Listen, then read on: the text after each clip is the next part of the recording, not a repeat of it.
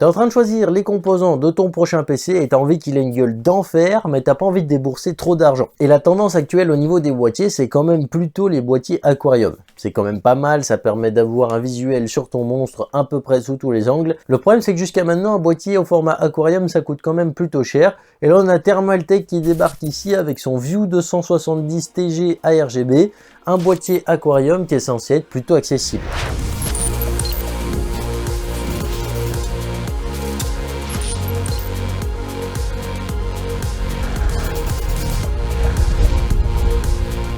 Comme tu l'auras compris, ce View 270 TG, c'est un boîtier aquarium.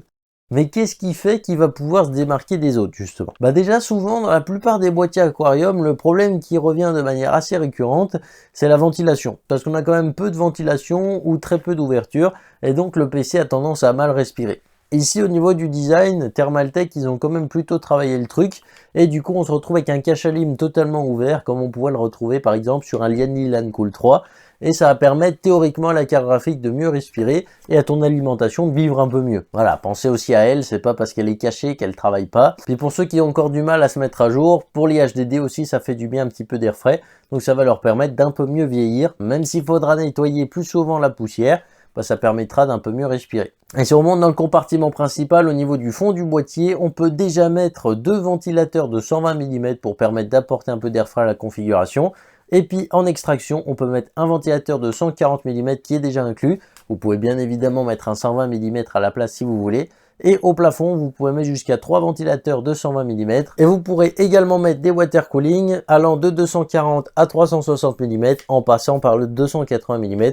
Donc comme vous l'aurez compris, il supporte à peu près tous les formats de water cooling et c'est plutôt pas mal. Maintenant, comme on est sur un boîtier plutôt compact, le 360 mm, je dois avouer que c'est un peu galère à la rentrée et qu'il va falloir peut-être faire certaines concessions suivant le design de votre water cooling. Ça risque d'être assez compliqué de l'intégrer dans la config. Et tant qu'on parle des refroidissements, si jamais tu es plutôt team ventirad, qu'est-ce que tu peux mettre dedans? Tu peux mettre un monstre jusqu'à 18 cm de hauteur, soit tous les monstres que tu veux. Parce que globalement, dans le marché, il n'y a pas de ventirad plus haut que 18 cm. Donc tu seras largement tranquille à ce niveau-là. Au niveau des cartes graphiques aussi, tu es plutôt tranquille parce que tu peux mettre des énormes monstres jusqu'à 42 cm. Donc vraiment, tu as de quoi mettre à peu près n'importe quelle carte graphique à l'intérieur de ce boîtier. Et ça, c'est plutôt pas mal. On a un petit tuto montage PC qui va bientôt arriver. Justement, j'ai utilisé ce boîtier et j'ai mis notre RTX 4070 Ti à l'intérieur. Elle passe plutôt bien. Donc, autant dire que à peu près toutes les cartes graphiques passera dedans sans aucun souci. Si ton truc, c'est plutôt des alimentations énormes parce que ton PC, il a tendance à tirer un peu trop, et tu peux tout simplement mettre une alimentation jusqu'à 22 cm de long. Donc, tu es plutôt tranquille aussi à ce niveau-là. C'est un boîtier qui a quand même un gros potentiel par la suite, comme vous l'avez compris, avec une grosse capacité d'intégration malgré le fait qu'il soit compact. Mais avec quoi il débarque directement quand vous l'achetez? En fait, je suis un petit peu déçu parce qu'il débarque avec un seul ventilateur. Certes, c'est un 140 mm en extraction, mais c'est quand même dommage. Ce qui est vraiment fou avec la plupart des boîtiers aquarium, c'est que ou les marques vous intègrent tous les ventilateurs directement et le boîtier coûte plutôt cher, ou vous avez même des boîtiers aquarium qui coûtent super cher avec aucun ventilateur d'intégré. Donc là, certes, vous avez un boîtier aquarium qui est plutôt accessible, mais vous n'avez qu'un seul ventilateur de 140 mm intégré dedans. Donc le prix, vous allez forcément le mettre au niveau de la ventilation après. Même si ça vous permettra de choisir des ventilateurs qui vous conviendront mieux, c'est pas forcément le top derrière. Donc ici, pour moi, c'est plutôt un point noir le fait qu'il n'y ait qu'un seul ventilateur d'intégrer. Et pour continuer un petit peu sur le design du boîtier, au niveau du front panel, il est quand même plutôt bien équipé puisqu'on va avoir déjà un bouton power, un bouton reset. Donc vous pourrez mettre un micro et un casque. Vous avez également deux USB 3.0 et un USB type C derrière. Et là où ce boîtier a tendance à se démarquer, c'est qu'on retrouve également une LED HDD. Donc ça, c'est pas mal, ça vous permet de voir quand le PC a planté. Donc moi je trouve que c'est un petit gadget qui fait toujours plaisir à voir sur les boîtiers. Le boîtier peut s'ouvrir quasiment complètement étant donné qu'on peut ouvrir la vitre à l'avant, la vitre sur le côté et l'arrière. Donc ça va vous permettre un montage plutôt facile. Vous avez un verrou PCI Express justement pour les cartes graphiques qui va faire une genre de petite charnière. Ça c'est plutôt pas mal, ça évite de l'oublier à la fin, donc comme ça vous savez qu'il est toujours sur le boîtier et vous avez juste à le dévisser, le revisser. En ce qui concerne la partie que vous verrez le plus avant d'allumer votre PC, oui je parle bien de l'arrière, il est quand même plutôt bien agencé, donc il devrait vous permettre de faire un câble management plutôt facile, avec quand même pas mal de points de fixation pour mettre des riselants, donc pour structurer un petit peu votre câble management.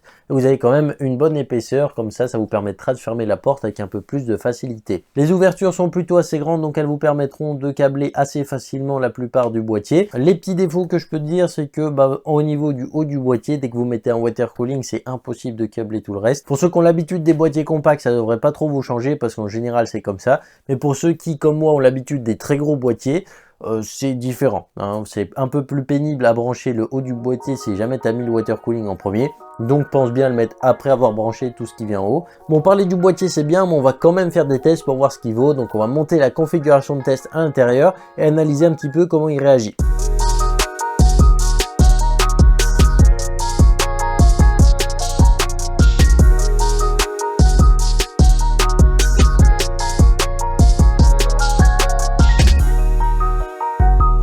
Bon, évidemment, sans trop de surprise, comme il n'a qu'un seul ventilateur d'intégrer, c'est un boîtier qui permet quand même à la config de respirer parce qu'il est bien ouvert, mais ça pourrait être mieux si on intégrait d'autres ventilateurs à l'intérieur. Donc forcément, ça va jouer un petit peu là-dessus. En ce qui concerne plutôt les nuisances sonores, c'est un boîtier qui n'est pas isolé, donc déjà ça va avoir tendance à jouer un petit peu sur la balance. Et en plus de ça, c'est un boîtier qui est quand même relativement très ouvert. Donc si vous avez une config qui s'annonce plutôt bruyante à la base, malheureusement, c'est un boîtier qui va vous le faire savoir assez rapidement et c'est un petit peu dommage ici. Pour conclure sur ce boîtier, c'est un boîtier aquarium qui est plutôt accessible. Il est lancé autour des 100 €, donc il va permettre à pas mal de gens d'avoir un PC avec une belle gueule sans pour autant se ruiner. Après, ce qui me dérange un petit peu, c'est qu'à ce niveau de tarif-là, il y a quand même Fantech qui débarque un petit peu moins cher avec un boîtier qui a plus de ventilateurs à l'intérieur. Donc selon moi, ce serait peut-être une meilleure option que celui-ci. Parce qu'à partir du moment où vous avez le même style de boîtier avec à peu près le même rendu visuel, qu'il est moins cher et qu'il a plus de ventilateurs, vous avez quand même gagné sur beaucoup de points.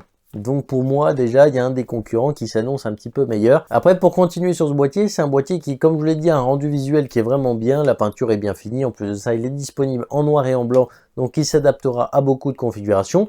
Le front de panel est plutôt bien fourni avec une LED HDD que je m'attendais pas forcément à voir débarquer.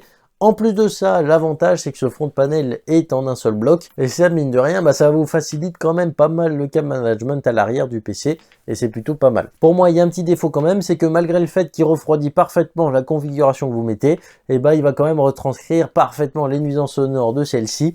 Donc si vous avez des ventilateurs qui ont tendance à être un petit peu bruyants, va falloir vite aller jouer dans les réglages du BIOS si vous voulez un truc silencieux parce que sinon ça va vite se faire entendre. Si la vidéo t'a plu, n'hésite pas à mettre le petit pouce RGB et à t'abonner. C'était AzerTest d'Overclocking.com. À la prochaine.